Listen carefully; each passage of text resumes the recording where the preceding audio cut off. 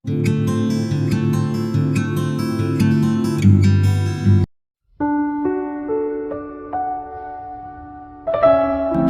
yang Allah pengen ngasih dia kebaikan, Allah uji. Hah? Kok gitu caranya? Ternyata kayak gitu rahasianya. May yuridillahu bihi khairan, may yuridillahu bihi khairan. Siapa yang Allah pengen ngasih dia kebaikan, Allah kasih dia musibah atau ujian. Kenapa bisa seperti itu, Ustaz? Fa inna ma'al usri yusra, inna ma'al usri yusra. Seolah-olah Allah bilang di dalam ayat itu, kalau kalian mau dapat kemudahan, biasanya lewatnya kesusahan dulu. Kalau kalian pengen dapat keberuntungan, biasanya dapatnya kerugian dulu. Tapi keberuntungan dan kerugiannya pasti nggak sebanding. Keberuntungannya jauh lebih besar daripada kerugiannya. Kerugian itu kayak modal doang, DP. Jadi kalau kita mau dapat kejutan dari Allah, Allah kasih kita DP. DP-nya apa? Ujian. DP-nya musibah. DP-nya rasa nggak nyaman. Itu DP tuh. DP terhadap apa? DP dari Allah terhadap hadiah-hadiah besar yang Allah pengen ngasih ke kita setelahnya. Cuman banyak orang yang menolak DP ini. Sama kayak kita misalnya, kalau kita mau ngasih dia hadiah, kita kasih dia kayak kejutan dulu. Dia lagi ulang tahun nih, disiram air dulu. Setelah itu dikasih hadiah-hadiah yang mahal. Rela nggak disiram air demi hadiah? Rela, udah siramin lagi aja. Kalau setelahnya ada hadiah, yang kita nggak rela, kalau setelah disiram disuruh bersih-bersih sendiri dan nggak dikasih apa-apa, kan nggak rela tuh. Berarti ini bab iman. Yakin nggak kalau Allah tetap ngasih hadiah? Kan sabar dan iman itu ternyata tahu aman, kembar. Kalau kita yakin Allah ngasih hadiah setelah ngasih kita DP ujian, ya kita akan sabar. Nggak apa-apa deh, ntar lagi mau dikasih hadiah, digini-giniin juga nggak masalah. Dibully, diapain sama Allah, biarin aja ya Allah, saya sabar. Kan ntar lagi mau dikasih hadiah nih. Ini masalah yakin. Tapi kalau kita nggak yakin, apa sih maunya Allah gitu kan? Begitu kalimat ini keluar, maka yang muncul setelahnya adalah mengeluh, berputus asa, dan nggak akan sabar menghadapi ujian. Ujian, kata Nabi, may yuridillahu bihi khairan. Siapa yang Allah pengen kasih hadiah, siapa yang Allah pengen kasih kejutan, siapa yang Allah pengen kasih pertolongan, siapa yang Allah pengen kasih kebaikan, yusib min, Allah akan uji dia dulu. Ini sunnatullah. Sehingga kalau kita lagi diuji, yang kita lihat jangan ujiannya, apa setelah itu. Gimana ngelihatnya Ustaz? Nggak kelihatan. Dengan mata hati. Istafti qalbak, tanya kepada hatimu, kelihatan nggak? Dengan mata hati. Gimana ngelihat dengan mata hati? Dengan iman, saya percaya Allah pasti ngasih kebaikan setelah ini. Orang Allah sendiri yang ngomong, nggak ada satu huruf pun di Al-Quran yang salah, apalagi satu ayat, apalagi dua ayat. Fa inna ma'al usri yusra, ditegesin lagi, inna ma'al usri yusra. Tapi usr dulu, baru yusr. Dikasih kesusahan sedikit, dikasih kemudahan yang banyak. Dikasih kesusahan sedikit, dikasih kemudahan yang banyak. Ini yang kita coba bangun tajdidul iman, bangun memperbarui yakin. Sehingga ketika kita diuji, sedih, wajar. Mengaduh sedikit, bukan mengeluh ya. Kalau mengeluh kan nyalahin Allah. Kalau ngaduh, yang namanya orang dicubit kan, itu ngaduh. Tapi kalau apa sih maunya Allah, nah itu ngeluh.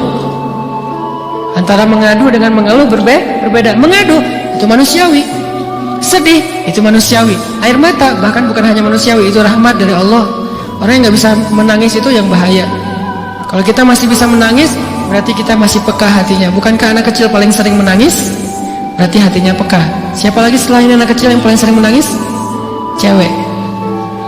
Cowok itu emang nggak punya perasaan, makanya jarang nangis. Cewek dikit-dikit nangis, jangan bilang cemen banget sih nangis, apa cengeng apa, enggak, karena dia perasaannya lebih peka dari kita. Itulah kenapa Allah menitipkan bayi kepada perempuan. Kalau dititipin ke laki-laki hancur.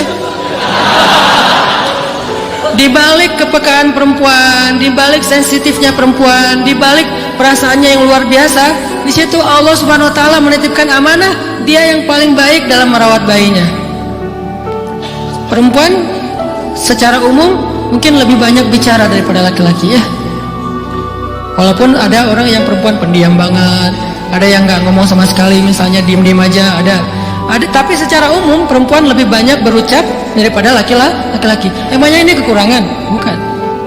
Ini kelebihan. kalau dia berikan itu dalam hal yang tepat. Apa yang tepat? Mendidik anak. Justru karena perempuan banyak ngomong, lebih baik dalam mendidik anak daripada laki-laki. Laki-laki itu kurang mendidik, kurang mengedukasi kepada anak dengan usia tertentu, karena dia jarang memahamkan. Salah hanya marah, salah hanya ditegur. Kalau ibunya jelasin, nah gini sebelum tidur ibunya yang ceritain banyak cerita. Saya sendiri ngalamin sering mana seorang ayah sama ibu interaksi sama anak dalam bentuk verbal. Sering ibu. Jadi menangis itu rahmat dari Allah. Nggak apa-apa, nangis saja. Dan itu tidak disebut mengeluh. Kamu kok nangis? Kan orang Islam harus sabar. Emangnya nangis dengan sabar itu bertolak belakang? Sabar tetap sabar. Ya nangis jalan aja terus nangis. Nangis apa pakai nangisnya nggak cuma nangis dong, emotikonnya juga nangis, berderai-derai gitu sampai air matanya menggenang gitu kan ya, boleh lah. Ditambah lagi dengan visual menangisnya, posting bahwa dia lagi tertusuk duri dengan postingan kaktus atau apalah, dia pengen share ke semua orang bahwa saya sedang sedih, sehingga nanti ketika ada orang yang menghibur dia dengan sedikit kata-kata yang sabar ya segala macam, wah makin berderai-derai. Itu belum jadi, kecuali dia keluarkan kata-kata mengeluh, baru dia disebut orang yang banyak mengeluh, berputus asa. Kalau mengadu wajar, walaupun ada nabi udah diuji berat nggak mau mengaduh, apalagi ngeluh. Zakaria digergaji, mengadu aja nggak. Kenapa? Karena kata malaikat, kalau kamu mengadu sedikit aja, maka Allah Subhanahu Wa Taala akan menghancurkan kaum ini. Dia kasihan kepada kaumnya, nggak mau mengaduh. Satu-satunya orang yang kita tidak boleh mengaduh hanya orang tua. Atau itu mengeluh kalau untuk orang tua. Kalau yang lain nggak disebut mengeluh. Kalau ke teman, malas lah, nggak apa-apa. Jangan sering-sering tapi. Apaan sih? Ke teman boleh. Tapi ke orang tua, saja itu bukan lagi mengadu, itu sudah mengeluh. Khusus untuk orang tua. Kalau diantara manusia. Kalau kepada Allah dan Rasul, pastinya lebih dari itu. Ketika kita diam saja, tidak langsung beranjak sami'na wa ata'na labbaika ya rabbi wa sa'daik, nggak memenuhi panggilan Allah, itu sudah disebut bagian dari kufur ingkar. Tapi minimal kita mungkin masih mengaduh, kita masih menangis, kita masih lelah, kita masih merasa lemah. Setidaknya kita tidak mengeluh. Kenapa? Kita percaya Allah kalau mengasih hadiah kepada hambanya, DP-nya itu ujian. Dan yakinlah hadiahnya minimal 10 kali lipat lebih baik daripada ujian itu. Minimal, karena nggak ada amal soleh yang dibalas di bawah 10 kali lipat tuh nggak ada. Amal soleh, amal ya bukan niat, amal yang udah kita kerjakan minimal dibalas 10 kali lipat, minimal. Maksimalnya bighairi hisab, tanpa batas. Bighairi hisab, tanpa batas. Ada yang 700 kali lipat kayak sedekah, tapi tetap aja ayat sedekah di akhirnya ujung-ujungnya apa? Bighairi hisab juga kan? Berarti sedekah itu minimal dibalas 700 kali lipat minimal. Kalau kita yakin, selalu syaratnya kalau kita yakin. Dan saya ngebuktiin itu banget. Saya pernah ngalamin lagi jalan-jalan di sebuah kota yang ada becak kayunya, becak sepeda gitu ya. Jalan terus saya bilang, Pak berapa ongkosnya? 20.000. Udah naik aja 20.000. Karena kita keliling-keliling kota, ternyata saya jadi kasihan sama dia 20.000. Kasihan kan 20.000 dibayar keliling kota, walaupun pas mampir beberapa tempat mungkin dia dapat tips ya. Tapi saya nggak tega gitu, dia cerita tentang anaknya lagi sekolah apa segala macam, makin bikin baper kan. Pas selesai saya kasih dia 100.000. Dari 20.000 dikasih 100.000 karena kasihan. Dan saya yakin nggak mungkin sedekah itu sia-sia. Kan Nabi bersumpah kan, demi zat yang jiwaku di dalam genggamannya, tidak berkurang harta karena sedekah. Demi Allah, kata Nabi, nggak berkurang harta karena sedekah. Berkurang harta karena belanja? Ya. Berkurang harta karena pacaran? Banget. Modal banget kan? Apalagi buat cowok. Tapi berkurang harta karena sedekah? Nggak mungkin, kata Nabi. Demi Allah nggak berkurang harta karena sedekah. Berkurang harta karena istri? Nggak. Karena memberi kepada istri itu pahalanya lebih gede daripada sedekah. Makanya ngemodalin pacaran setelah nikah itu tumbuh berkah. Modal pacaran sebelum nikah itu apes. Jadi kalau pengen modal nih, ngemodalin cewek, traktir, ngapa-ngapain, bayarin, jangan sebelum nikah. Sebelum nikah jadi orang pelit aja, nggak apa-apa. Tapi setelah nikah, jor-joran ngasih, apalagi yang, bayarin semuanya. Kenapa? Pahalanya lebih gede daripada sedekah, bahkan lebih gede daripada infak fi sabilillah. Seorang suami memberi nafkah istri, itu pahalanya terkadang lebih besar daripada kita berinfak untuk fi sabilillah, untuk korban perang. Saya heran kalau ada orang sedekahnya rajin tapi ke istrinya kikir, aneh, berarti dia nggak ngerti konsep. Padahal memberi kepada istri itu selama itu kebutuhan pokok ya, dan sedikit entertain, nggak apa-apa asal nggak berlebihan, itu luar biasa. Makanya saya kalau jalan sama istri yang yang mana? Itu yang Oni suka. Oh ya, Oni suka. Kasih aja. Kenapa? Misalnya kasih. Selama ada kan, kenapa nggak dikasih kan ya? Nanti Allah ganti. Makin rajin kita ngebayarin istri kita, ngebelanjain istri kita, makin Allah ngasih yang kita nggak pernah duga-duga, sampai istri kita cemburu sama kita. Kok kamu duitnya banyak banget sih? Kan gara-gara aku sering ngasih ke kamu. Ya udah, sini lain lagi. Mau ditransfer berapa gitu kan ya?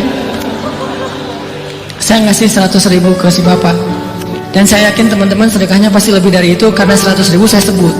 Kalau 1 juta ke atas saya nggak mau nyebut, malu dong, ria ya.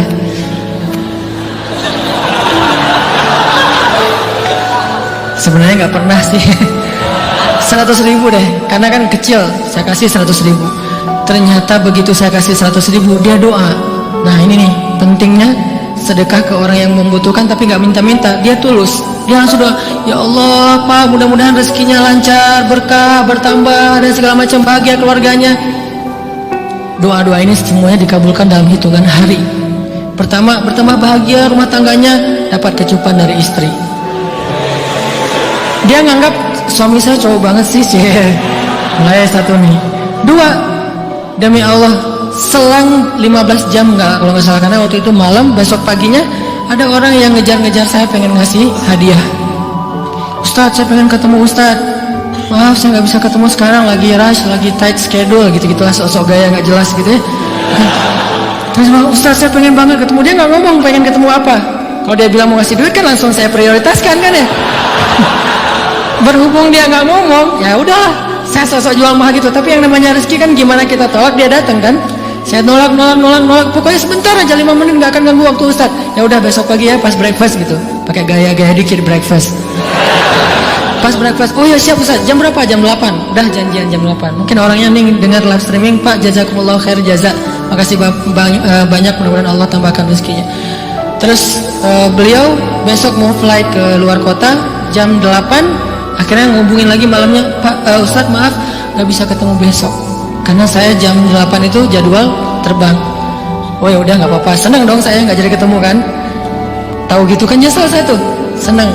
Besok pagi jam 6, Pak Ustadz, alhamdulillah ternyata penerbangan saya di delay ke jam 11.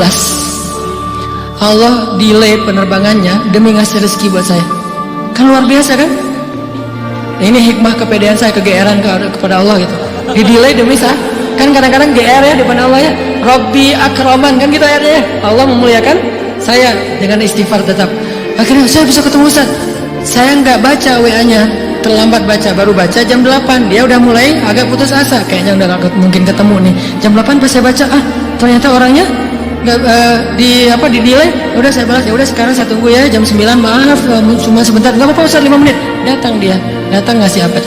Ngasih duit 200 juta. Demi Allah, cuman berselang beberapa jam saya tolak-tolak. Tahu gitu Pak, datang malam ini aja.